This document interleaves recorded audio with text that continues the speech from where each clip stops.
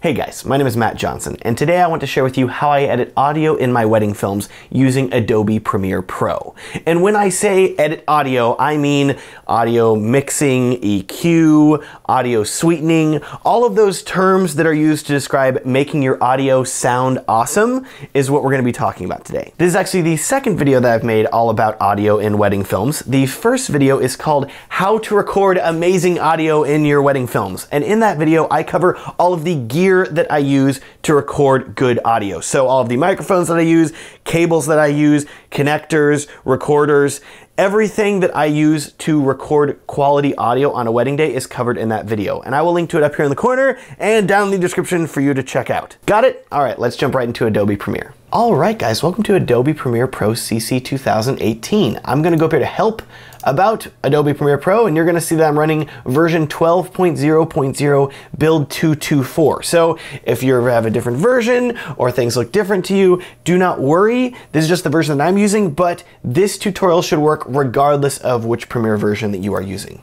Today, I'm going to be showing you two really cool things. The first is an audio effect that you can apply to any of the audio that you've recorded throughout the day and make it sound incredible. The example that I'm going to be using is from a groom reading a letter to a bride, but this audio effect can be applied to any other audio source from the day, be it the ceremony, toasts, any other audio that you're recording. Secondly, I'm gonna show you how to mix the audio of people speaking with the music that you have chosen for your video. So that way, one isn't too loud, one isn't too soft, they mix together well and you can hear everything. This is my timeline that I have set up here for my wedding film, and we are going to pretend that I've already gone through and edited everything, and we are now ready to work on the audio portion of the editing process. Video track number one here is a video clip that I have of my friend Noah reading a letter to his bride. Audio track number one here is recorded from a Sennheiser G3 lapel mic that I had on the groom's lapel, recording into a Zoom H5. No audio effects have been applied to this audio. This is directly from the recorder. Audio track number two below it is the wave music file for the song that I've chosen for the video. I have not applied any audio effects to any of the audio tracks, so let's see how it sounds without any mixing or audio effects applied at all whatsoever.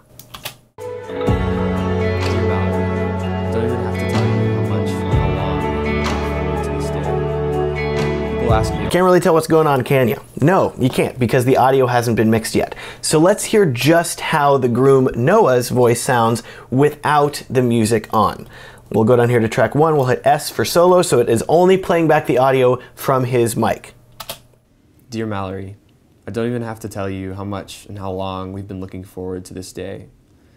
People ask me all the time when I knew I was going to marry you, and it's kind of tough to pinpoint. Sounds pretty good, right? We had a pretty quiet room, there was no air conditioner sound, there was no echo. I'm pretty happy with how his audio sounds out of the mic, but we can definitely make it sound better. Incidentally, if you want to see how I recorded this, specifically how I put the mic on him, how I had him sit, etc., I have an entire behind the scenes video of Noah's wedding. If you want to watch that, I will link to it up in the corner and down in the description of this video. Now let's talk about how we can make Noah's audio sound better. As I said, I use a Sennheiser G3 lav mic for recording the letter reading, and I use lav mics throughout the day, but lav mics have some deficiencies, namely in terms of bass reproduction and also in terms of presence. They have issues. What do I mean by presence? Not Christmas presents under the tree. I'm talking about presence of how close the person is to the microphone. What you run into with a lav mic is usually you are trying to hide it, you want it to not be visible. So I usually put it down in the chest area of the person, so that way I do not have it in the shot. The issue they're gonna run into is that the speaker then sounds distant from the microphone, and that is not something that we want. So how do we make the audio sound better? Well, if you're like me, whenever I was starting out, I said, how does audio sound better? Make it louder. Duh, that's gotta be easy. So I would go through and I would start dragging up the audio, saying, all right, well, that's about 3 decibels over. Let's see how it sounds now. It's kind of tough to pinpoint. Honestly, that doesn't sound much better. It increases the volume, but it doesn't actually do anything to increase the quality of the audio. Also, another thing to keep in mind is that people, unless they are trained voice actors, are not good at keeping their voice at a consistent volume whenever they are speaking. So as you can see from the waveform here, we have him take a breath, and then he gets louder, and then as the waveform dips, it gets quieter, quieter, quieter. So as you can see, it is not consistent, and you're gonna be stuck going in and keyframing, okay, quieter here, louder here, quieter here, louder here, and that can be a major pain whenever you have a long video. Wouldn't it be great if there was an effect that we could apply that would add bass, that would add clarity, that would add the presence that we're looking for in our audio, and save us from having to do all those steps? Well, I have good news for you. there is a plugin for that. The effect is called an audio compressor, and what it does through a lot of audio witchcraft mumbo jumbo is that it essentially makes the quieter portions of your audio, say where somebody is whispering into the microphone or has a quiet voice, it makes those louder, and it also takes the louder portions where somebody is yelling into the microphone, etc., and it makes those quieter. And what you end up with is a beautiful audio track that is not too loud, that is not too quiet, that you are able to mix in with your audio tracks very well with very little effort on your part. It's incredible. Let's add that audio effect right now. We're gonna go over here to the Effects tab in Premiere and we're gonna search for multi-band compressor. And under audio effects, you're gonna see obsolete audio effects. Ignore that. We do not want the obsolete version. We want the new version. And so you see here it says multi-band compressor. We're going to click and drag that over here to our audio track. And then we go over here to the Effect Controls tab, and you'll see that we have a new effect called multi-band compressor. Next, we're gonna go over here and click Edit, and that is gonna open up the multi-band compressor settings, which, my goodness, when you first look at these, this can be quite intimidating. But do not worry, I have good news for you, because we are not going to have to worry about any of this because Adobe makes presets. So 99% of this, you do not need to worry about at all. Next, we're gonna go up here to presets, and we're gonna click the drop-down menu, and as you can see, you have a ton of preset options. And the one we want to select is broadcast. But you'll notice, isn't broadcast already selected, Matt? Well, Premiere is kind of weird in that whenever you first open up multi-band compressor, it says broadcast, but it's not broadcast. There's actually no settings applied at all. It just shows you the preset. So to make broadcast active, what we actually need to do is go down and click on any other random preset that we want here. So in this case, I'm gonna select drums. And as you can see, it has made a bunch of changes to settings, but these are not the settings that we want. So we're gonna go back up here to the dropdown and we're gonna select broadcast. And there you go, this is the preset that we're gonna be using. But we're gonna make two small changes to it down here under attack and release. What is attack and release? Are we attacking something? Technically, yes. The way that a compressor works in very simple terms is that it is actively analyzing your audio as it is playing, and it is making changes on the fly to the volume level. So if it is quiet, it is going to notice and it's going to get louder. If it is loud, it is going to notice and it's going to get quieter. What the attack and release settings are affecting is how quickly the compressor notices that the volume has gotten louder and how quickly it works to change that. So whenever we change the attack, we're going to go over here and we're going to change the attack to 1 millisecond, because as soon as the audio changes, we want it to notice and say, okay, change the audio, make it quieter, louder. This is especially useful whenever you have somebody speaking, because you want it to be very quick. If they get louder or quieter, it's not like a song where it can gradually happen. It's going to generally happen very quickly. Release is what occurs after the audio has been attacked by the compressor and either made louder or quieter. And generally we want this to be a smoother roll off, but we still want it to be quicker than the default. So we're going to change this to 250 milliseconds. So that way somebody's speaking really loud, they get quieter, and the compressor makes changes gradually to their audio. These two changes to attack and release are the only adjustments that you need to make to the broadcast preset for the multi-band compressor. That's it. Your audio is now ready to go. But to make sure that you do not stress about having to remember these changes, let's make things easier. So we're going to click the X here, and we're going to go over here to multi-band compressor, and we're going to right click, and we're going to click Save Preset. This way, we do not have to remember all those settings. We can just go and apply this quick preset every single time. So we're going to name this preset something cool like Matt Multi-Band Compressor. You don't have to use my name if you don't want to, but hey, you can. It's cool. We're going to click OK. And if I click the X here under the Effects tab and I click Presets, you're going to see Matt Multi-Band Compressor is right here. And so if we drag this down to the clip on the timeline, you're going to see that another multi-band compressor appears. Matt Multi-Band Compressor. Ooh, fancy. Same exact thing. Now you don't need to worry about it. We don't need that though, so we're going to delete that because, hey, we've already applied the multi-band compressor. Now, one last thing. If you do not want to have to go through the hassle of making this preset, 2 whole steps, oh my gosh, I know, and you want to help me out too, I have made my own preset available in a download link. So you do not have to go through and save your own preset. You can just download one straight from me, and there's a link right down in the description. Granted, I do have one hoop that I want you to jump through to get the preset, and that is to sign up for my email newsletter. Yes, give me your email, please. I promise I won't spam you, but I will send you camera news and other video news that I find interesting. Please sign up. I would absolutely love it. The link is down in the description to download the preset and sign up for the newsletter. Okay, let's listen to our audio again. I'm going to go back to the beginning here, and I'm going to turn off the multi-band compressor so you can hear it as it was before. Dear Mallory, I don't even have to tell you how much and how long we've been looking forward to this day. Okay, now let's turn on the multi-band compressor and see how it sounds. Dear Mallory, I don't even have to tell you how much and how long we've been looking forward to this day. Dude, that sounds so good. Oh my gosh. You hear it? You hear the extra bass? You hear the extra presence? It sounds so much better. But let's look at our audio levels over here on the right. You should always be checking your audio levels. And if I hit play here. Dear Mallory, I don't even have to tell you how much and how long we've been looking forward to this day. It's almost peaking. It's very, very close. That's a little too much. So let's work on bringing this audio level down a little bit. You have two ways to do that. The first, and the way that I usually do it, is that I go down here to my audio track and I click and I drag it down so it's quieter. Another option that you have is actually to go back up to multi-band compressor, and you'll notice there's a section here called output gain. And let's lower our gain to -4.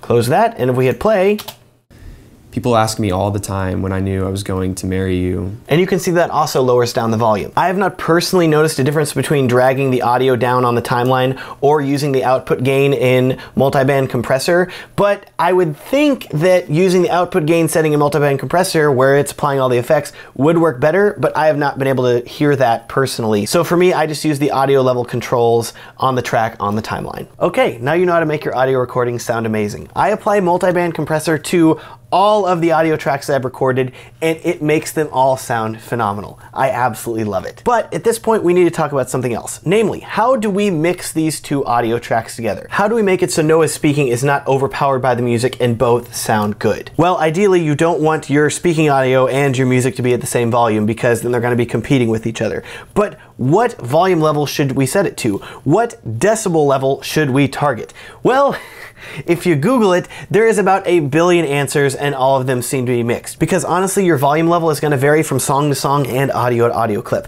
And more so even than that, whenever you start researching what audio level should I hit, you're going to see a lot of people talking about broadcast standards. Namely, you got to hit this level, or you got to hit this level because it's broadcast. You don't want to be blowing out grandma's TV from 1965. But I'm going to say, in my experience, most of the advice given to people in regards to audio levels for their videos is irrelevant. Because most people these days are going to be watching your video on their computer, on YouTube or Vimeo or Facebook, or even worse, they're going to be watching your video on a cell phone. Yes, we've reached the point where everybody's watching things on their phones now, so all of your hard work of mixing your audio levels perfectly for televisions is irrelevant, because people are going to be watching it on a 6-inch screen with a mono speaker. That's how people watch videos now. So to be clear, if you are making a television commercial or anything for broadcast, reach out to your contact and figure out what audio levels you need to be hitting. But if you are making wedding films and YouTube videos and other things like that that are not broadcast, these are the settings that I use instead. As a general rule, for all of the audio that I've recorded on the wedding day, so letter reading, ceremony, speeches, toasts, things like that, I want all of that level, after mixing, after multi-band compressor is applied, I want it all to be hitting -3 decibels, which you're like, Matt, that's loud. That's like really close to peaking. I realize that, but if you take into consideration people are watching it on their phone or other small speakers, that is the way that it is going to sound best without them needing to adjust their volume at all. So let's go back into our video here and let's adjust the audio track so that whenever Noah is speaking, it is hitting roughly -3 dB. By setting this audio track to -4 decibels, I find that on average, it's hitting around -3 decibels on my audio meters. Dear Mallory, I don't even have to tell you how much and how long we've been looking forward to this day. Now let's talk about music, because music is a different beast entirely. Every single song is different, so you are not going to be able to rely on, oh hey, let's try to target -3 dB. That is not going to work for music, because every single song has different instruments, different volume levels, and you're going to need to take that into consideration. But here are some guidelines. For quieter ambient music, such as solo guitar, solo piano, quieter string movements, things that are not building to some massive crescendo. In that case, I usually am targeting about 10 decibels lower than I am targeting for my audio track. So if this audio track of Noah speaking is at -4, I am going to want to probably target -14 for a quieter audio track. But this audio track is not a quieter audio track. If we go down here, and I'm going to play it so you can hear it.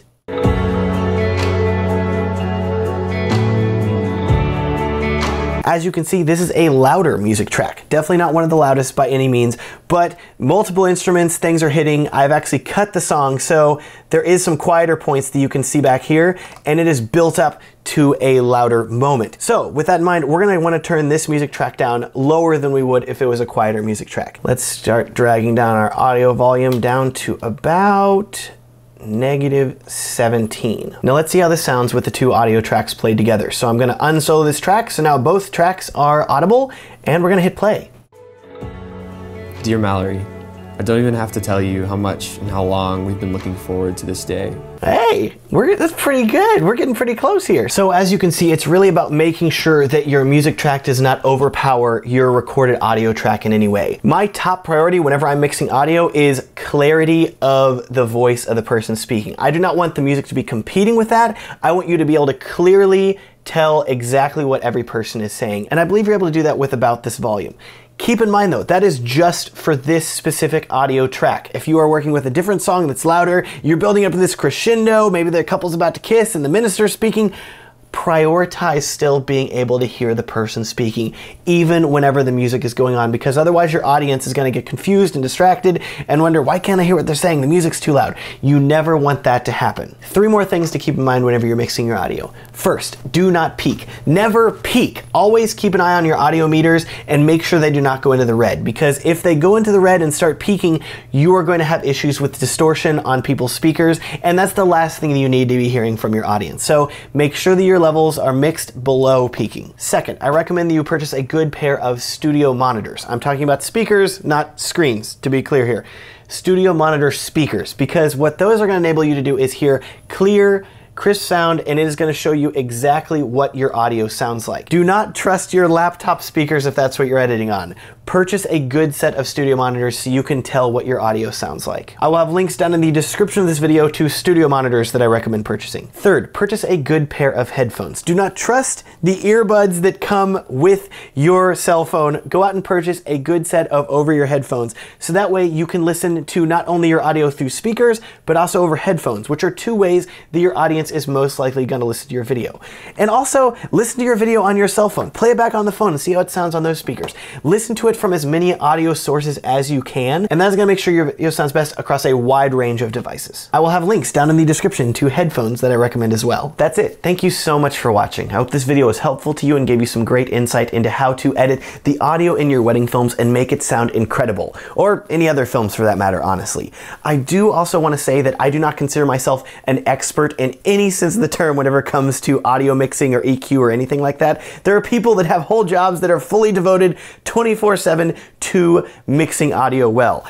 I'm not one of those people. I just want to show you how I do it in Adobe Premiere. But that said, if you have a better way to do things or a different way to do things that you think works better, please leave me a comment and let me know, because I'm trying to get better at this and I would absolutely love any help that you can give me. You may have also noticed in this video that I did not cover things like how to repair audio that is less than ideal. So audio where you have air conditioning units squeaking, or a truck driving by loudly, or dogs barking, or birds cawing overhead, or any other sort of thing like that. Because honestly, that is about a zillion different variables, and there's a different way to handle those sorts of audio issues.